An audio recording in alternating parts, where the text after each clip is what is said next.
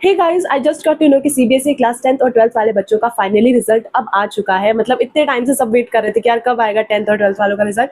Finally अब आ गया है। पहली बात तो before talking about anything, many many congratulations to each one of you. जो भी क्लास 10th और 12th का बच्चा मेरी ये वीडियो देख रहा है, भाई कॉन्ग्रेचुलेशंस। जैसा भी रिजल्ट आया, you just have to accept it, I know that. But भाई तुमने मेहनत करी है, क्योंकि एक साल इतना मेहनत, इतना स्ट्रेस होता था कि यार ये सब्जेक्ट नहीं हो रहा, वो सब्जेक्ट नहीं हो रहा। फाइनली वो सब चीजें, अब मेहनत वो हमारी रंग लेके आई है। So congratulations to each one of you. जिसके कम आया उनको भी भाई बहुत सारे कॉन्ग्रेचुलेशंस, एंड जिनके ज्यादा है उन्हें तो भाई बहुत ज्यादा ही कॉन्ग्रेचुलेशंस।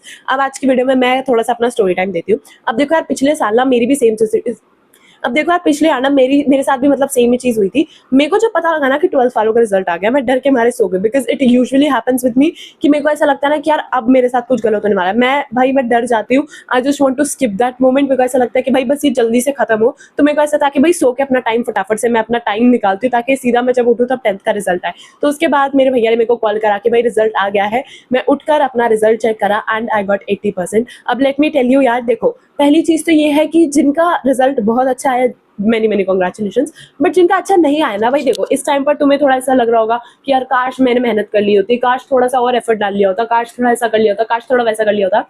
अब देखो इस टाइम पर तुम्हें ये लग रहा है, ये बहुत अच्छी बात है, क्योंकि तुम्हें पता लग गया है कि तुमने क्या गलतियां करी हैं, एंड अब तुम्हें उन्हें अवॉइड करना है। ठीक है, तुम्हें इतना तो रियलाइज हो गया है।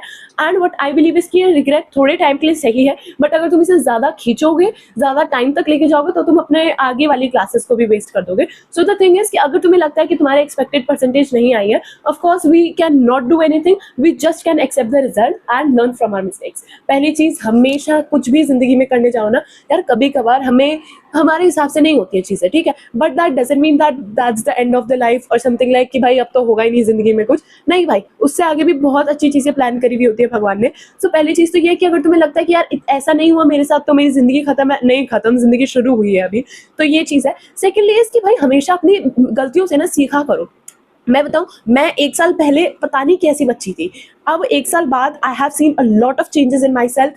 चाहे वो एकेडमिकली हो, चाहे वो मेरी सोशल लाइफ हो, चाहे वो मेरी पर्सनल लाइफ हो, भाई तीनों चारों जितने भी पर्सपेक्टिव्स होते हैं ना लाइफ के, मेरे में बहुत इंप्रूवमेंट आई है। एज वी ऑल नो कि हम हर कोई बंदा चेंज होता है। सो पहली चीज तो ये है कि अगर तुम्हें लगता है कि यार अब तो कुछ होगा ही नहीं, अब तो ये हो गया वो हो गया, नहीं भाई, अभी तुम थोड़े टाइम बाद तुम खुद अपनी इस छोटे से इंसिडेंट पे हंसोगे कि भाई इस पे मैं क्या इतना स्ट्रेस ले रहा था। दूसरी चीज ये है कि भाई रिजल्ट हमारे हिसाब से नहीं आते, उसका मतलब जिंदगी खत्म नहीं होती है। उसका मतलब ये होता है कि भगवान ने और कुछ अच्छा चाहा होता है। एंड ऑब्वियसली तुमने कुछ गलतियां करी होगी, मिस्टेक्स करी होगी कुछ अपने पास में, तभी तुम्हें ऐसा रिजल्ट मिला है। वरना भाई जो बंदा 100% एफर्ट डालता है ना, उसका रिजल्ट आता है। ठीक है, एंड कभी कभार ऐसे भी होता है कि कोई बंदा 100% एफर्ट डाल रहा है बट रिजल्ट नहीं आ रहा है। Then listen to me brother, भगवान तुमसे कुछ अच्छा करवाना चाह रहे हैं, भगवान ने तुम्हारे लिए कुछ अच्छा सोच रखा है। तो पहली बात तो यह है, रिजल्ट को लेके अब तो बिल्कुल भी टेंशन में मत रहो, चाहे तुम 10th के हो चाहे तुम 12th के। भाई अब रिजल्ट को लेकर टेंशन की कोई जरूरत नहीं है, क्योंकि जो होना था हो गया, हमने पेपर दे दिया, हमारा रिजल्ट आ गया। अब इसके आगे तो तुम क्या ही करोगे। ठीक है, अब बस हमारे हाथ में इतना था, ये सब हो गया।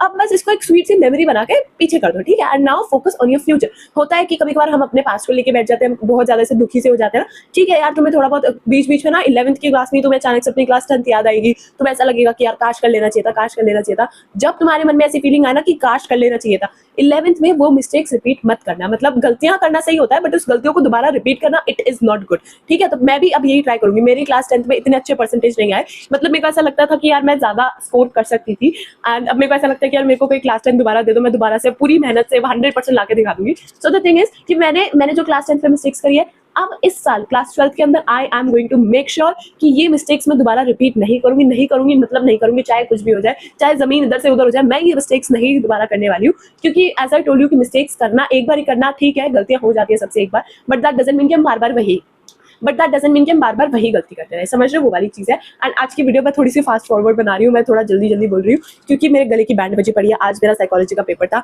एंड भाई मेरे को इतनी खांसी आ रही थी, मेरे को अंदर से ऐसा लग रहा था कि भाई मेरे को घर भेज दो, मेरे को नहीं देना paper. But the thing is कि पेपर तो देना पड़ता, तो मैं पेपर दे के आई। मैं पता क्या यार, मैं दीवार की साइड बैठी हुई थी ना, तो मेरे को बहुत ज्यादा गर्मी लग रही थी। मतलब गर्मी इन द सेंस कि मेरे को घुटन सा फील हो रहा था कि भाई आई नीड सम वेंटिलेशन। तो इसलिए मेरी तबीयत उसी टाइम से काफी ज्यादा खराब हो गई थी। घर पे आते आते भी 1 बजे तक मेरी तबीयत बहुत खराब थी। घर आते ही मैं डॉक्टर के गई थी, दवाई वगैरह लेके आई हूँ एंड अब थोड़ा-सा बोलने लायक मैं बैठी हूँ। सो हाँ, वैसे मैंने तुम्हें अपने कम्युनिटी पोस्ट और व्हाट्सएप चैनल के थ्रू बता ही दिया था। ऑल्सो एक और अपडेट देना चाहूँगी कि जो लोग मेरे को कह रहे हैं कि अपने क्लास 11th के नोट्स अपलोड करो, तुम्हें मैंने अपनी हेल्थ अपडेट बता दिया। अब भाई देखो, पहली बात तो साइकोलॉजी का पेपर इतना ऐसा ट्रिकी सा आता है, मतलब कि क्वेश्चन समझते रह जाओ। दूसरी चीज़ ये होती है कि एग्जाम का टेंशन, एक शूट है उसकी टेंशन, गले की बैंड बजी पड़ी है उसकी टेंशन कि भाई शूट कैसे करूँगी वो सब।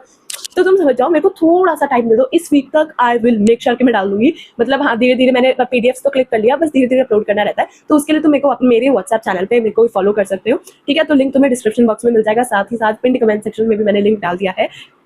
So yes guys, अभी मुझसे ज़्यादा नहीं बोला जा रहा है, so I need to end this video right now. So yes guys, that is it for the today's video, and I hope you guys enjoyed watching today's video. If you really did so, then do not forget to like, share, comment, and also to subscribe to my channel because it really motivates me a lot to make these types of new videos. हम मिलेंगे हमारी next video में, तब तक के लिए take care and bye bye.